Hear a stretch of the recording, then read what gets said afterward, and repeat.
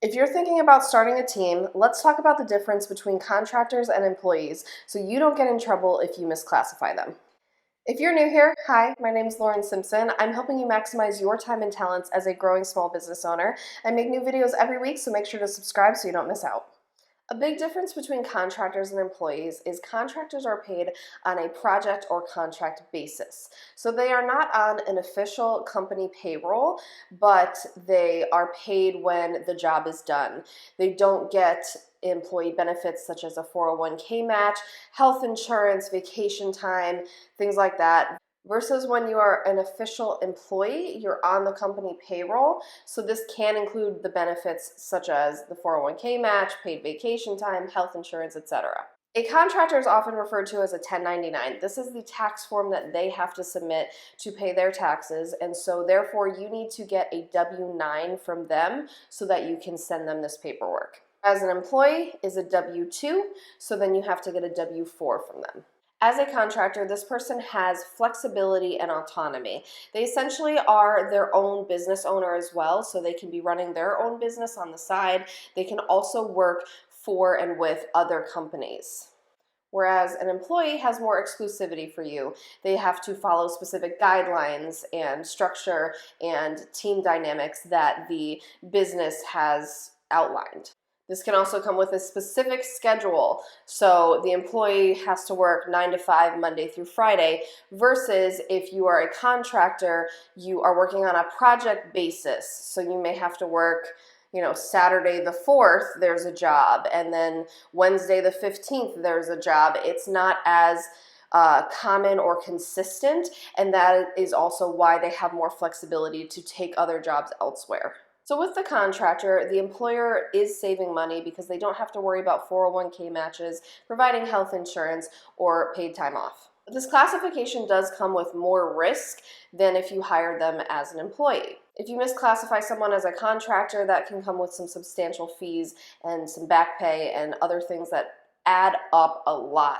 So make sure that you are classifying them correctly and not treating them as an employee. Something else to keep in mind for contractors is that this does mean that they do not have to sign a non-compete. I'm not 100% sure how it is throughout the whole United States, but I do know in the state of Connecticut that you cannot make a contractor sign a non-compete form. This contradicts the very reason that they are a contractor. If you want someone to sign a non-compete, you're pretty much going to have to hire them as an official employee of your company.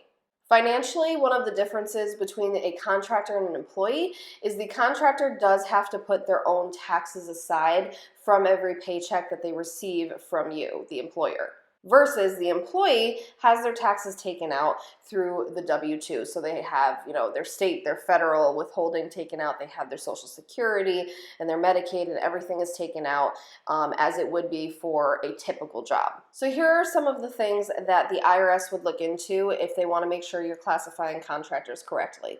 When, where, and how is the work done? So does the person have to work at your place of business all the time? Can they work remote?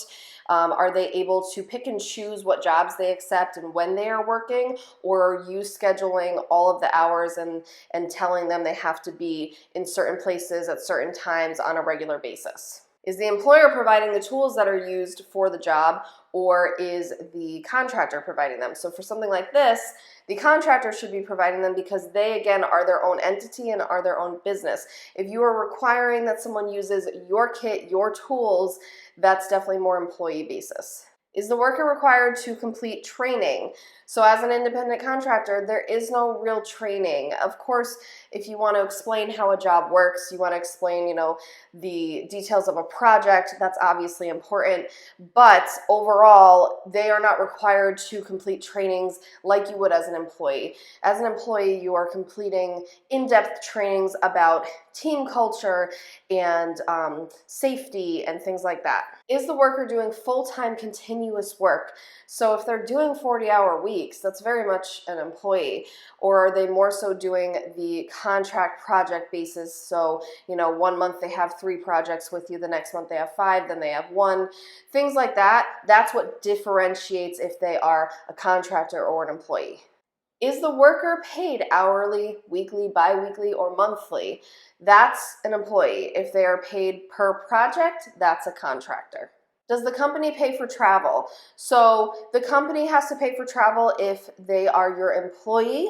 If it is a contractor, it's typically that the travel fee is kind of included in their pay so that they're already making enough to make travel worth it. But again, they're responsible for their own car, their own gas mileage, and upkeep and things like that. There are even more questions than this that the IRS goes over, but those are the most common that are used to ensure that people are being classified correctly. On that note, make sure that you are signing up your business to be an official LLC, especially if you're at the point where you are growing a team. Make sure to watch this video so that you can save some time and money in the process.